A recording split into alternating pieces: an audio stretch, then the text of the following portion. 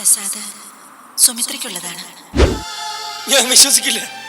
വേണ്ട ബാലേട്ട, കുട്ടികളെ പോലെ ചിരിക്കുന്ന ആ നല്ല മുഖം എന്റെ മനസ്സിലുണ്ട്. അത് മതി എനിക്ക്. മരണത്തിന്റെ മുമ്പിൽ മാത്രം നമുക്ക് നിസ്സഹായരായി നോക്കി നിൽക്കാനേ കഴിയും. ഇത്രയും ക്രൂരമായൊരു അന്ത്യം ഡേയ്ക്ക് വേണ്ടിയിരുന്നോ?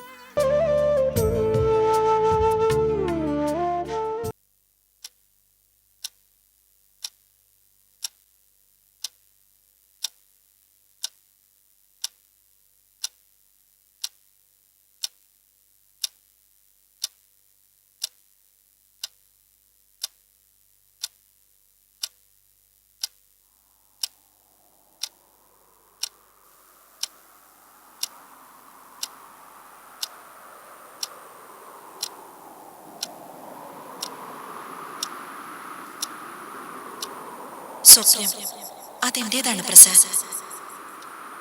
പ്രസാദിന് അത് ഞാൻ വിട്ടുതരില്ല. പകരം പ്രസാദിന് ഞാൻ വേറൊന്ന് തരാം. സുമിത്രേ,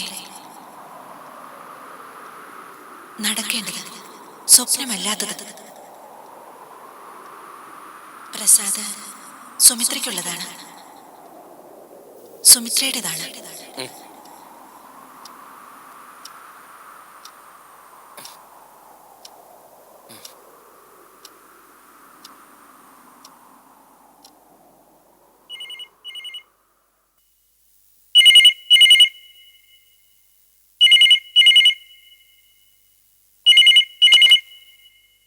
ഹലോ,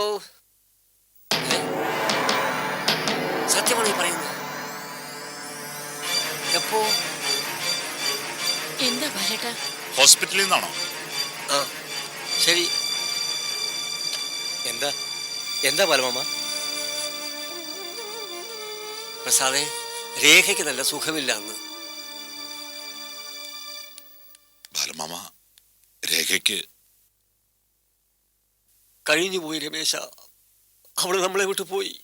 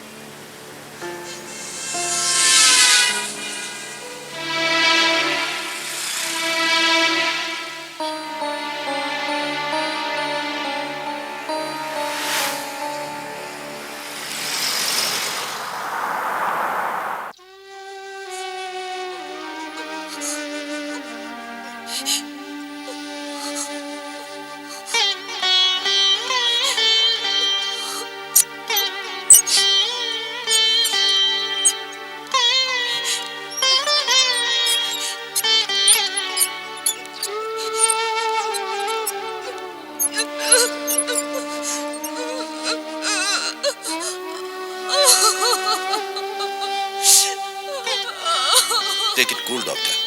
It's all fate.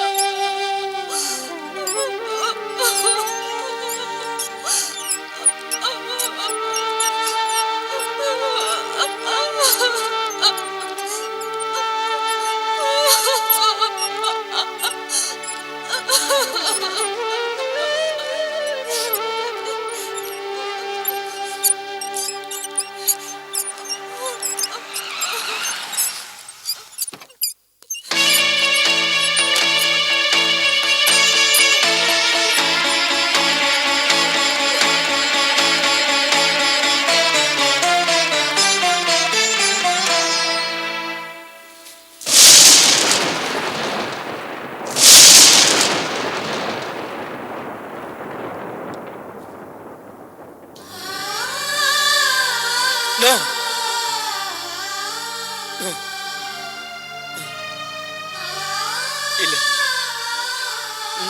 ഞാൻ വിശ്വസിക്കില്ല. ഞാൻ വിശ്വസിക്കില്ല. വിശ്വസിക്കില്ല. പ്രസാദ്, എല്ലാ കണക്കൂട്ടലുകളും പിഴച്ചുപോയി. ഡോക്ടർ, എന്റെ രേഖ. പ്രസാദ് പ്ലീസ് ഞാൻ വിശ്വസിക്കില്ല. Control your self. ഞാനിത് വിശ്വസിക്കില്ല.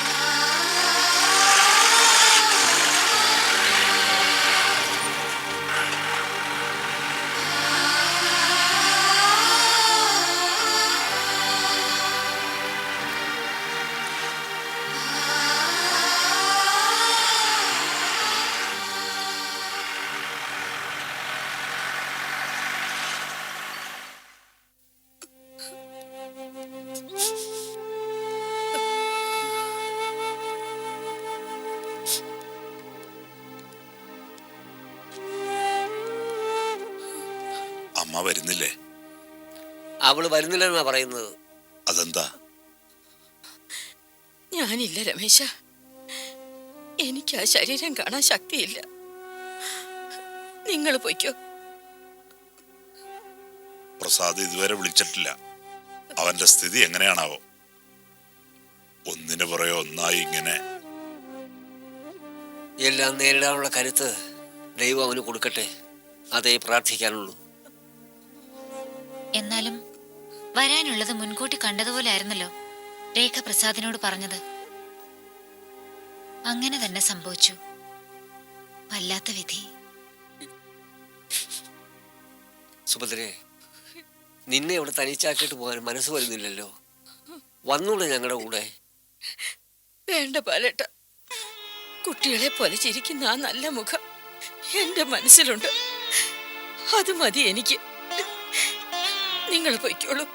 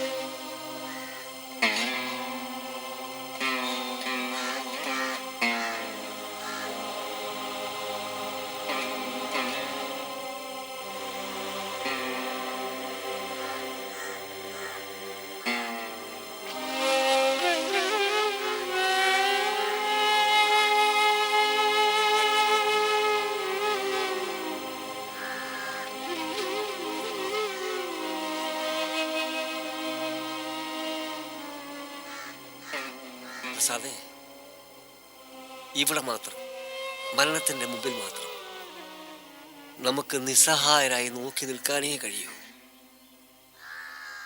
രേഖ രക്ഷപ്പെടുമെന്ന് നമ്മളെല്ലാം കരുതി. പക്ഷെ ദൈവം വിധിച്ചത് മറിച്ചായിരുന്നു. എന്നാലും ജീവിക്കുമെന്നൊരു പ്രതീക്ഷ തന്നിട്ട് ഒടുവിൽ പെട്ടെന്ന്. ശരിയാണ്. ബോധം തെളിഞ്ഞപ്പോൾ ജീവിതത്തിലേക്ക് അവൾ തിരിച്ചു വരികയാണെന്ന് എല്ലാവരും വിചാരിച്ചു, സന്തോഷിച്ചു. പക്ഷേ ഇത് സംഭവിക്കില്ലായിരുന്നു. രേഖ നമ്മളെ വിട്ടു പോവില്ലായിരുന്നു. ഞാനാണ് കാരണം. എന്നെ സ്നേഹിച്ചതിന് ഞാൻ കൊടുത്ത സമ്മാനം മരണം.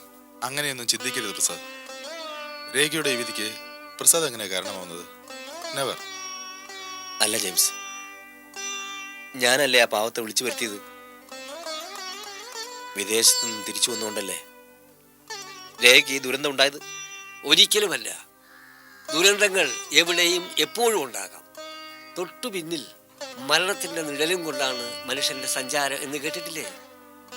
ഇന്നിവിടെ ഇങ്ങനെ സംസാരിച്ചുകൊണ്ട് നിൽക്കുന്ന ഞാൻ നാളെ ഉണ്ടാവണമെന്നില്ല, തൊട്ടടുത്ത നിമിഷത്തിൽ പോലും ഉണ്ടാവണമെന്നില്ല. പക്ഷേ ഇത്രയും ക്രൂരമായൊരു അന്ത്യം രേഖയ്ക്ക് വേണ്ടിയിരുന്നോ? അതിന് തക്കവണ്ണം രേഖ എന്ത് തെറ്റ് ചെയ്തു?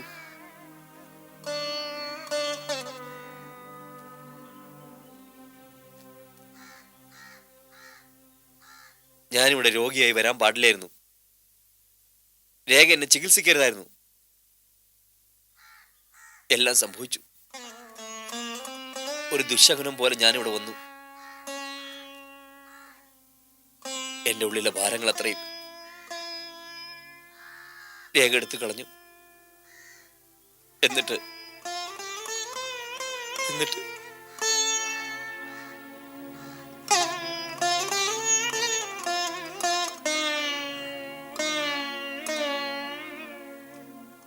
പ്രസാദേ, വിഷമിക്കല്ലേടാ. എല്ലാം സംഭവിച്ചു പോയി. ഒന്നും ഇനി തിരിച്ചെഴുതാൻ നമുക്ക് കഴിയില്ല.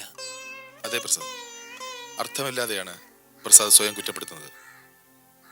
രേഖയെ സ്വീകരിക്കാൻ സമ്മതിച്ചു എന്നതിൽ എവിടെയാണ് പിഴ? ലോകം മുഴുവനും എന്നെ പഴിക്കട്ടെ, എന്നാലും തീരില്ല ഈ കുറ്റബോധം. അല്ല, അതെ, എപ്പോഴാ ചടങ്ങ്? വീട്ടുവളപ്പിൽ തന്നെ അല്ലയോ ദഹിപ്പിക്കുന്നേ? അല്ല. അല്ലേ? അല്ല. പിന്നെവിടാ? ഇലക്ട്രിക് ക്രിമിറ്റോറിയത്തിൽ. ഈശ്വര, അല്ല ശരിക്കും എങ്ങനായിരുന്നു സംഭവം?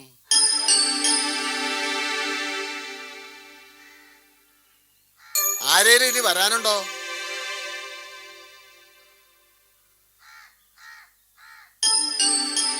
അറിയിക്കാനുണ്ടോ ഇനി ആരെങ്കിലും? പിന്നെ വിളിച്ചില്ല പറഞ്ഞില്ല എന്ന് പരാതി ഉണ്ടാവരുത്, അതുകൊണ്ടായി ചോദിക്കുന്നേ. എന്ത് ചോദിച്ചാലും ഒന്നും മിണ്ടാതിരിക്കും. വണ്ടിയൊക്കെ ഇടപാട് ചെയ്തു. ആരെ അറിയിക്കാനുള്ളത്?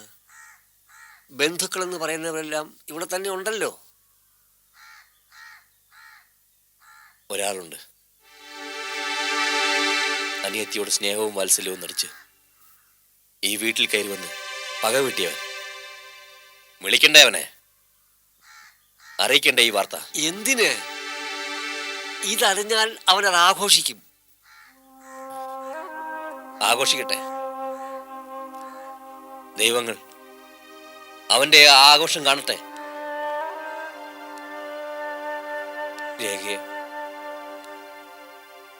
രേഖയെ രക്ഷിക്കാൻ കഴിയാത്ത ദൈവങ്ങൾ.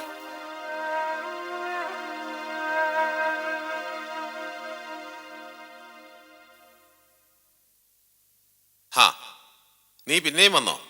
എന്താ, എനിക്ക് വേണ്ടി വല്ല സന്തോഷ വാർത്തയുണ്ടോ? ഉണ്ട്, ഒരു സന്തോഷ വാർത്തയുണ്ട്. നിന്റെ അനിയത്തി മരിച്ചു. Is it? അപ്പോ എന്റെ ശ്രമം പാഴായില്ല. സോറി പ്രസാദ്, നിന്റെ ആ മോഹന സുന്ദര സ്വപ്നം തകർക്കേണ്ടി വന്നതിൽ ഐ ആം എക്സ്ട്രീംലി സോറി. നല്ല മാച്ചായിരുന്നു നിങ്ങൾ തമ്മിൽ. ഡോക്ടർ ടേൺഡ് വൈഫും പേഷ്യന്റ് ടേൺഡ് ഹസ്ബൻഡും. പുതുമയുള്ളൊരു ദാമ്പത്യമായനെ. പക്ഷേ ദൈവം അത് ആഗ്രഹിക്കുന്നില്ല. കഴിഞ്ഞ തവണ നിന്നെ ഇങ്ങോട്ട് കെട്ടിയെടുത്തപ്പോ ഞാൻ പറഞ്ഞില്ലേ, ദൈവം എന്നെ സഹായിക്കുമെന്ന്. എനിക്ക് മാത്രമായ ഒരു ദൈവം ഉണ്ടെന്ന്. Now it is proved. എനിക്കിത് ചെയ്യാതിരിക്കാമായിരുന്നു. പക്ഷേ നിന്നെ തല്ലാൻ ഇതിലും നല്ല വടിയേതാണ്? ആദ്യം മാനസിക രോഗം, ഇപ്പോ വിരഹം, കാമുകി ചത്തതിന്റെ നൈരാശ്യം. ഇതിലേറെ നിന്നെ ഞാൻ എങ്ങനെയാടാ ഹെൽപ്പ് ചെയ്യുക?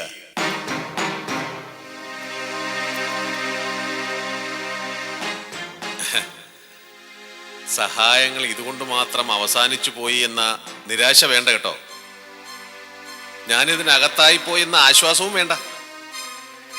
ക്യാപിറ്റൽ പണിഷ്മെന്റ് ഒന്നും റാംമോഹന് മേൽ വീഴില്ല മോനെ. ഏറിയാൽ ഒരു ജീവപര്യന്തം. പക്ഷെ അതുകൊണ്ടൊന്നും ഈ റാംമോഹന്റെ നെഞ്ചിലെ തീജ്വാലയുണ്ടല്ലോ, മൈ ടാർജറ്റ്, അത് കെട്ടുപോവില്ല. ഹ്. വർഷം ഓരോന്ന് കഴിയും തോറും അത് കൂടുതൽ കൂടുതൽ ആളിക്കത്തും. അവസാനം ആ ജ്വാലയിൽ നീ ദഹിച്ച് ചാരമാകും. എന്തായാലും എന്റെ നല്ലവളായ അനിയത്തി ചത്തുപോയില്ലേ, അവളുടെ ആത്മാവിന്റെ ശാന്തിക്കായി ഞാനൊന്ന് പ്രാർത്ഥിച്ചോട്ടെ. നിന്നെ ഞാൻ എന്തായത്? മതി മതി, പൊയ്ക്കോ. സാർ, ഇവന് വട്ടാണ് സാർ. നീ നീ അനുഭവിക്കടാ, എണ്ണി എണ്ണി അനുഭവിക്കും. പോവാൻ പറഞ്ഞില്ലേ, പൊയ്ക്കോ.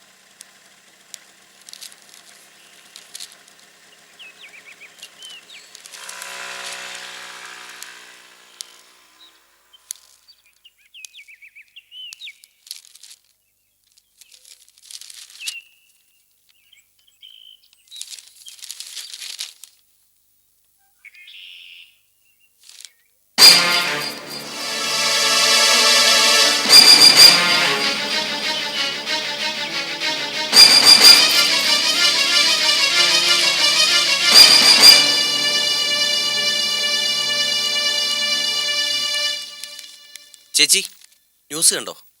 എന്താ? ഡോക്ടർ രേഖ മരിച്ചു. മരിച്ചോ? ഇവിടെ നോക്കട്ടെ.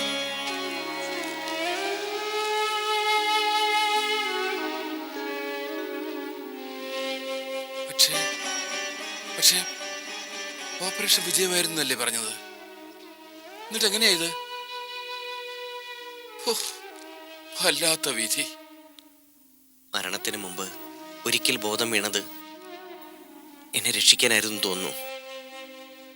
അവർ പോലീസിന് മൊഴി കൊടുത്തോണ്ട് മാത്രമല്ലേ ഞാനിപ്പോ ഇവിടെ നിങ്ങളുടെ കൂടെ നിൽക്കുന്നത്. രേഖ എത്ര ആഗ്രഹിച്ചതാ പ്രസാദേട്ടനോടൊപ്പം ഉള്ളൊരു ജീവിതം.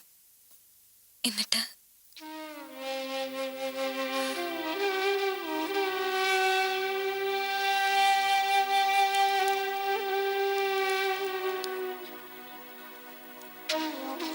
ഈശ്വര, എന്തൊക്കെയായി സംഭവിക്കുന്നത്?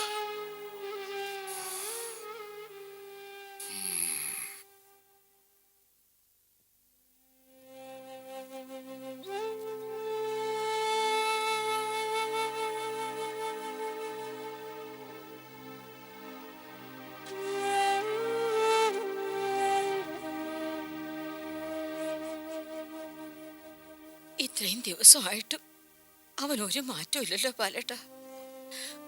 വർത്തമാനമില്ല, വിശപ്പില്ല. ഇന്നിപ്പോ ജോലിക്ക് പോയിട്ട് എത്ര ദിവസമായി?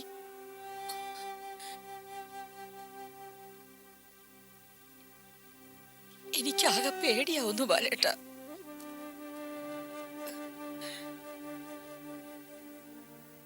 ഒരു ചെറിയ മുള്ളെടുത്ത് കളയുന്ന പോലെ അല്ലല്ലോ സുഭദ്രയെ. കാര്യകാരണങ്ങളെല്ലാം എല്ലാവർക്കും അറിയാവുന്നതാണല്ലോ. പ്രസാദിനെ ഞാനും ശ്രദ്ധിക്കുന്നുണ്ട്.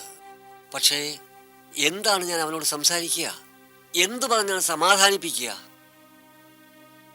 ഇനി ഒരിക്കൽ കൂടി ദൈവം അവനെ ശിക്ഷിക്കില്ല എന്നായിരുന്നു നമ്മുടെയൊക്കെ ധാരണ. അതും തെറ്റിയില്ലേ? ഒന്നും നമുക്ക് പറയാനില്ലെന്നത് സത്യം തന്നെ. പക്ഷേ എന്തെങ്കിലും പറഞ്ഞേ തീരൂ. കാരണം ആ മനസ്സ് ദിവസങ്ങളായി ഒരൊറ്റ ബിന്ദുവിൽ തന്നെ തറച്ചു നിൽക്കുകയാണ്. രേഖയുടെ മരണത്തിൽ അതങ്ങനെ നിന്നുകൂടാ. എനിക്കും അതറിയാൻ രമേശ. അവനെവിടെ? മുകളിലുണ്ട്.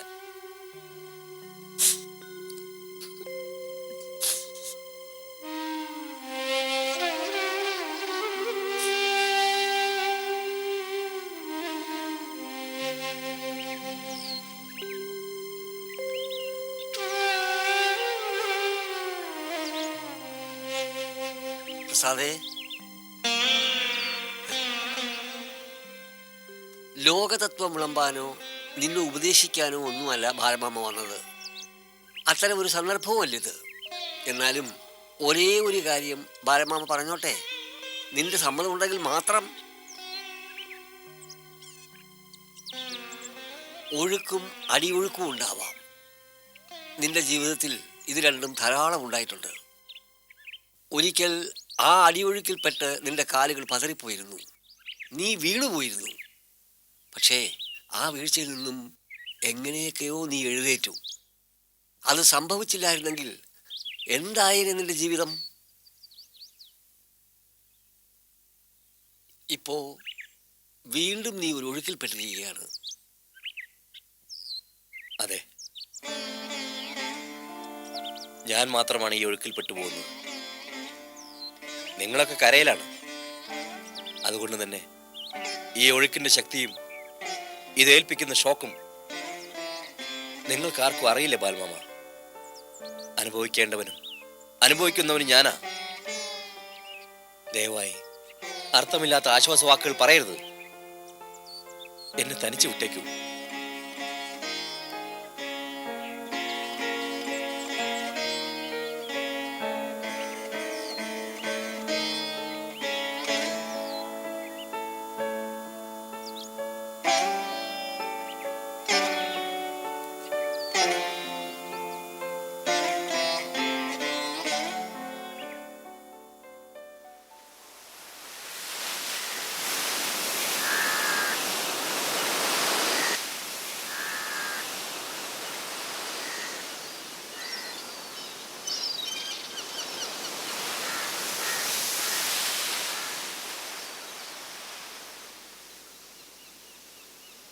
മനസ്സിന്റെ ഭാരം, അതിൽ നിന്ന് ഒരിക്കലും എനിക്ക് മോചനമില്ല ദേവ. സ്നേഹത്തിന്റെ മുഖങ്ങൾ എപ്പോഴും എനിക്ക് നഷ്ടപ്പെടുകയാണ്. ആശ്വാസം തരുന്ന ഒന്നിനും പ്രസാദിന് അർഹതയില്ല. അതെനിക്ക് വ്യക്തമായി. അങ്ങനെയൊന്നും വിചാരിക്കരുത്. ജനനം പോലെ തന്നെ സ്വാഭാവികമല്ലേ മരണവും? രണ്ടും നമുക്ക് നിഷേധിക്കാനാവില്ലല്ലോ. കാരണം രണ്ടും സത്യങ്ങളാണ്. പ്രിയപ്പെട്ടവരുടെ വേർപാടിൽ നമ്മൾ തളർന്നു പോകും. പക്ഷേ ആ സത്യം അത് നമ്മൾ ഉൾക്കൊണ്ടേ മതിയാവും, പിടിച്ചു നിന്നേ മതിയാവും. അതിജീവനത്തിന് നിയമമാണത്. തനിക്കങ്ങനെ പറയാൻ ദേവ, ഉപദേശിക്കാം. പക്ഷേ ഈ മരണത്തിൻ്റെ കാരണം ഞാനാണ്. ഇതിന് തുടക്കം എന്നിലാണ്. എനിക്ക് മനസ്സിലാവുന്നില്ല താനീ പറയുന്നത്. വിചിത്രമായ ഒരുതരം വിചാരമാണത്. രേഖയുടെ നേഴ്സിംഗ് ഹോമിൽ പ്രസാദ് ചികിത്സയ്ക്ക് ചെന്നതുകൊണ്ടാണ്, രേഖയെ പരിചയപ്പെട്ടതുകൊണ്ടാണ് രേഖയ്ക്ക് ഈ അന്ത്യമുണ്ടായെന്നൊക്കെ ചിന്തിച്ച് വെറുതെ കാട് കയറാൻ തുടങ്ങിയ ആ ചിന്തയാ ബേസ്ലെസ്, ഇല്ലോജിക്കൽ. അങ്ങനെയാണെങ്കിൽ ഈ മരണത്തിലേക്ക് നയിച്ച കാരണങ്ങളിൽ ഞാനുമില്ലേ? ഡോക്ടർ രേഖയെ തനിക്ക് പരിചയപ്പെടുത്തുന്നത് ഞാനല്ലേ? അതല്ല ദേവ. പിന്നെ ഏതാണ്? പറയ്. ഞാൻ രേഖയ്ക്ക് പ്രതീക്ഷ കൊടുത്തു, വാക്ക് കൊടുത്തു. എല്ലാം മറന്ന് ഇവിടെ നിന്ന് പോയ അവളെ തിരിച്ചു വിളിച്ചു. എന്നിട്ട് രേഖ തിരിച്ചെത്തിയപ്പോ കൊടുത്ത വാഗ്ദാനത്തിൽ നിന്നും താൻ പിൻവാങ്ങിയോ? ഇല്ലല്ലോ. പിന്നെന്തർത്ഥമാണ് ഈ പശ്ചാത്തലത്തിലുള്ളത്? ജീവിതമാണ് താൻ രേഖയ്ക്ക് കൊടുക്കാൻ തയ്യാറായത്, അല്ലാതെ മരണമല്ല. ഒന്നും വേണ്ടായിരുന്നു. ആ ഭ്രാന്താശുപത്രിയിലെ ഇരുണ്ട മുറിയിൽ നിന്നും ഞാൻ പുറത്തു വരരുതായിരുന്നു. എല്ലാം അതിനുള്ള അവസാനിച്ചിരുന്നെങ്കിൽ പാവം രേഖ ഇന്നും ജീവിച്ചിരുന്നേനെ. ഞാൻ കാരണം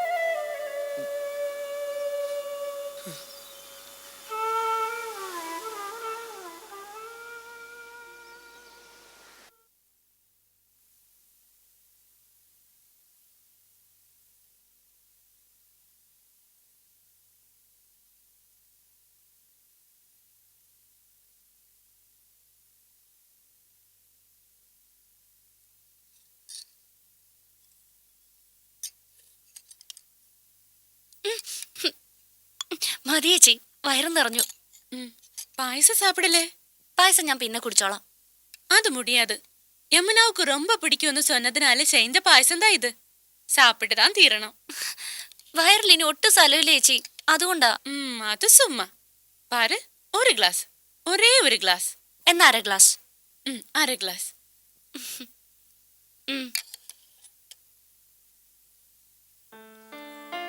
இந்த மாதிரி அன்பும் பாசமும் காட்ட கடவுள் எங்களுக்கு ஒரு குழந்தை தரல. அந்த குறைவை தீக்கத்தான் கடவுள் ஒன்னு அனுப்பியிருக்க. இன்னும் 1/2 ഗ്ലാസ് തരട്ടുമാ? അയ്യോ വേണ്ട ചേച്ചി. இந்த பிரச்சனையெல்லாம் தீர்ந்து திரும்பி சினிமாவை நடிக்க தொடங்கும்போ ஒரு நாள் இந்த அலமேலு அக்கா உன்னை பார்க்க வருவேன். அப்போ என்ன தெரியாதுன்னு சொல்லக்கூடாது. അതെന്നാല സഹിക്കാൻ മുടിയാത്. ഒരിക്കലും ഇല്ല ചേച്ചി. എന്റെ മരണം വരെയും നിങ്ങളെ എല്ലാവരെയും ഞാൻ ഓർക്കും. പോതും, അത് പോതും. അക്കയുടെ മനസ്സ് നിറഞ്ചാച്ചേ. കൈ കഴുവി റൂമില് പോയി റെസ്റ്റ് എടുങ്കോ.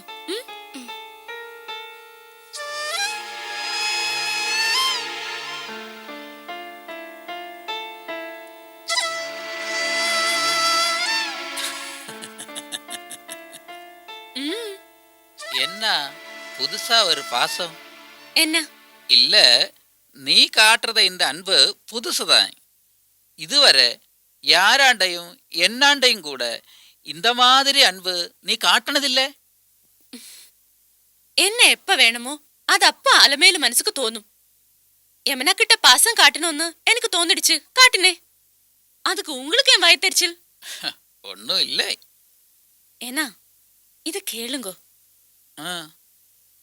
என் வீட்டு பக்கத்துல இருக்கிற கோயில் குளத்தாண்டே ஒரு 40 சென்ட் தென்னந்தோப்பு இருக்கு. ஞாபகம் இருக்கா? நிறைய காய்க்கிற மரம். அந்த 40 சென்ட் நாம வாங்கியால் என்ன? வாங்கணும். இந்த அலமேலு அது வாங்குவேன். அதுக்கு உண்டாண்ட காசங்க? காசா? காசெல்லாம் வரும். புத்து இல்லாம பேசாதுங்கோ. சும்மா சாப்பிட்டுருங்கோ, அது போதும்.